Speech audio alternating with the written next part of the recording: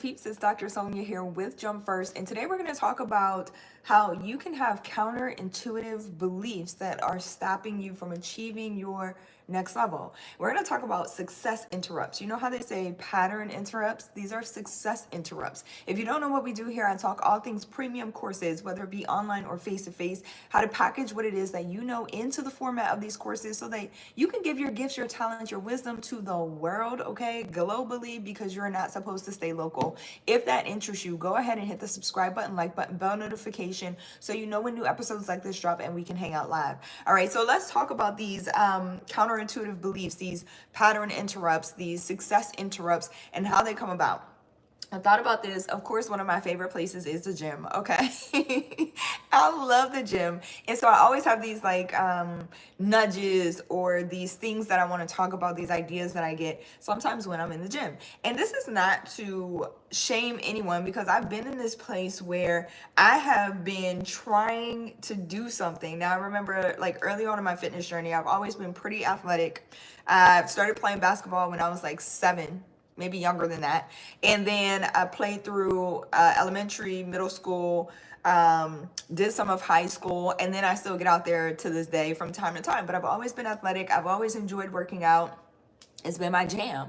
I got heavy into the gym a few years ago, and I started going like, oh my goodness, consistently every day, 6 days a week, sometimes 7, because I love it that much. I have grown to love it that much. It is a happy place for me. It's a place where I can lock in. It's a place where I can focus.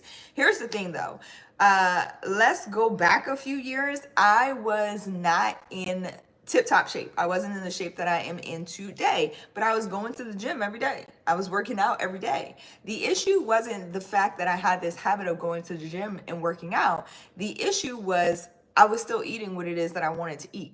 So it was a counterintuitive process, right? So today, right, being at the gym, I started thinking about this, and I started thinking about what's the reason that someone can do something for so long and be doing the right thing but not see results. It's because oftentimes the things that feel right to us, all right, we go off of these feelings, and this has been societally programmed, socially programmed into our belief system that it has to feel right. I often talk about something feeling right, and I want to put this here because there is a caveat to this. It's not just a physical feel right. It's not just a natural, it feels right. This feel right is spiritual, right? So if you're not aligned with your goals, your desires, if you're not aligned with, okay, talking to God every day, talking to your creator every single day, and feeling aligned and attuned so that you can hear, okay, here's the next step. Here's what I'm supposed to be doing.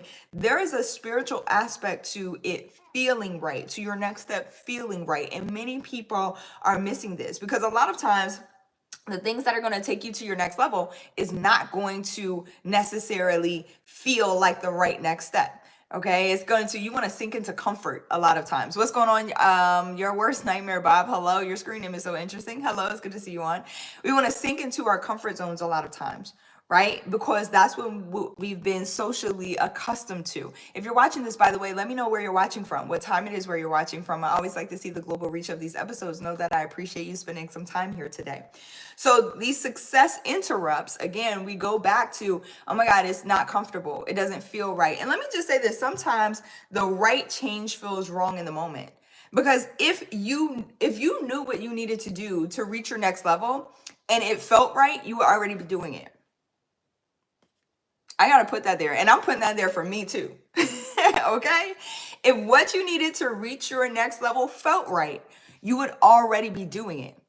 It's going to feel counterintuitive to what you believe is right. And this is what I mean by it's not just a physical right. It's not just a gut right. It's a spiritual right? And that feeling in your gut, a lot of times, like, and we are faith-based here. All right. So I definitely grew up Christian, very spiritual. Okay. And so a lot of times, I used to feel like, okay, what's this feeling in my gut that I'm supposed to go right, but I actually want to go left. My mind wants me to go left, but my gut is telling me I'm supposed to go right. How many times do you walk out of the house and something pulls you back in?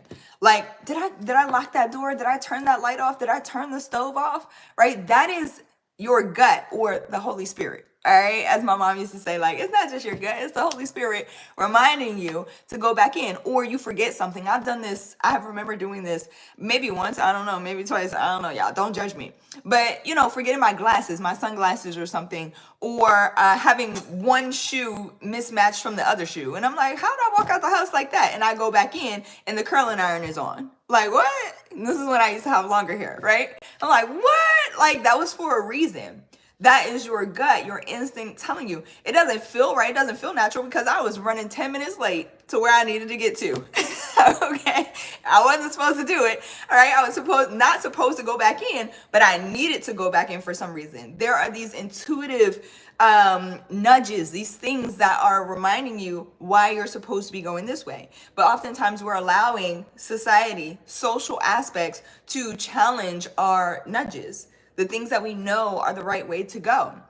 So the counterintuitive belief is keeping us from our next level. The counterintuitive belief that if I show up 15 minutes late, if I spend the next 2 minutes going back inside to put on the right shoe, all right, I'm going to be super late and then there's going to be this whole thing. That's a counterintuitive belief to what we need to go do, which is go back in the house so we can check on what we need to check on. All right. So just a prime example of a lot of times, I got to put this here again. If what you needed to do to reach your next level felt right, you would already be doing it. All right. Sometimes it won't feel right. And this is one of the things that I talk to my clients and my mentees about when we first get started is, hey, you got to trust the process. And when I say trust the process, it sounds generic, but we go at a deeper level, of course, in everything that I do, right? There's psychology behind that. Trusting the process means what I'm telling you to do won't necessarily always make sense. It won't always feel right. But again, if what you needed to do felt right, you would already be doing it. All right. So sometimes the things that you're supposed to be doing, the things that you need to do won't always feel right. You are still on the right track. You're still going in the right direction. Keep going. And this is what I mean by success interrupts. We see something somebody else is doing or somebody tells us to do something else and then we try it and we realize, oh my God, that's not working. It's because that was not a part of your plan. That wasn't a part of your path. Right? You were on the right track. You were on the right path. And now we can't get the time that we wasted trying this over here. We can't get that back. Now we got to rebuild momentum, but it's okay too.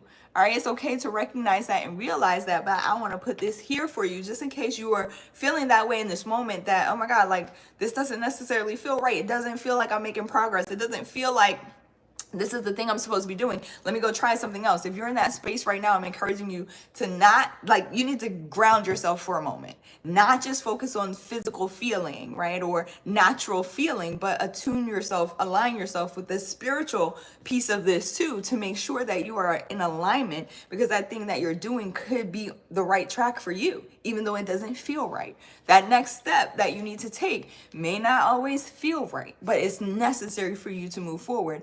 I can talk about this from a client aspect too, when it comes to premium courses or selling courses, all those things. When you start talking to your clients and students, your prospects, your leads, people who you know you can help, this is also something that we have to talk about. We have to discuss, because sometimes people are so opposed to a price point. People are so opposed to, well, what's all included. And if it's not the thing that is not packaged in the bow with the bow that they think it's supposed to be, then it's not the right program. I just got to fill this thing out. And I understand that. But again, this goes back to, if what you needed to reach your next level felt right, then you would already be doing it. Right? You're opposed to a price point, but your goal is this. Let me tell you a real life example of what I mean by this. If your goal is to make $1 million by this time next year, you can't be opposed to a $10,000 price point or a $20,000 price point.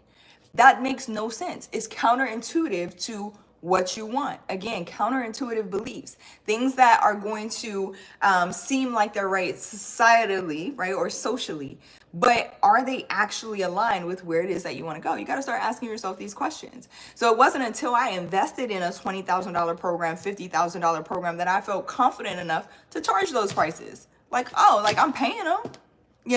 If you are only investing, right, at the level at which you invest is almost 9 times out of 10, the level at which you can see it coming back to you. Does that make sense? So you can't expect people to treat you the way that you don't treat you. If you don't have a coach or a mentor, but you want people to invest in your coaching and mentorship program, there's a disconnect. There's a counterintuitiveness happening. If you want to charge $10,000 for your programs and courses, or $5,000 or $2,500, but you have never invested that amount, there is a problem there. There's a counterbalance that is happening. So, and it's not always conscious. It's subconscious. And these are the levels at which, this is what I mean by, like, it's not just your natural space that you have to attune and align to, is the spiritual side as well. And money is energy. All right. Money is an exchange. So there's that. Vegas in the building. Hello. Thank you. I appreciate that. Kai, hello. It's good to see you on as well. Juan, hello. I appreciate that. Azur, hello. I appreciate y'all so much for being on. I appreciate all the likes as well. If you're watching this and you're watching the replay, let me know where you're watching from. If you haven't already hit the subscribe button, go ahead and hit the subscribe button. Stay around for a while, okay? Hit the subscribe, like button, and bell notification so you know when new episodes like this drop. That's all I have for today. I'm going to leave you with this question. What counterintuitive belief is keeping you from your next level? Also, if what you needed to do felt right, you would already be doing it. Excuse me, right? If what you needed to do to reach your next level felt right, you would already be doing it. What's stopping you? Learn more about packaging your courses at jumpfirstacademy.org. I appreciate y'all. Alex, hello. It's good to see you on as well. I appreciate y'all so much. Have an amazing, amazing day, and I'll catch y'all back here next time. Bye, y'all.